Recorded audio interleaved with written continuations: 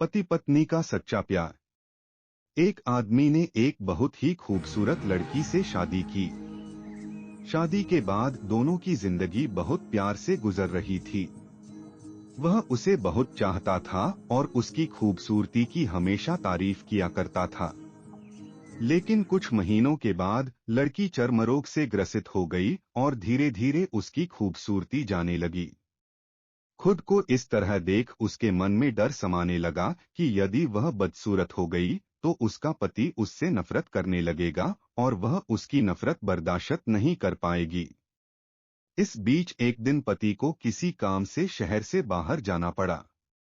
काम खत्म कर जब वह घर वापस लौट रहा था, उसका एक्सीडेंट हो गया। एक्सीडेंट में उसने अपनी दोनों आंखें खो दी। लेकिन इसके बावजूद भी उन दोनों की जिंदगी सामान्य तरीके से आगे बढ़ती रही।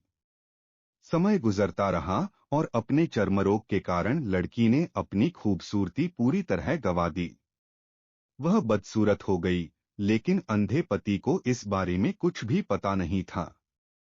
इसलिए इसका उनके खुशहाल विवाहित जीवन पर कोई प्रभाव नहीं पड़ा। वह उसे उसी तरह प्यार करता रहा। एक दिन उस लड़की की मौत हो गई।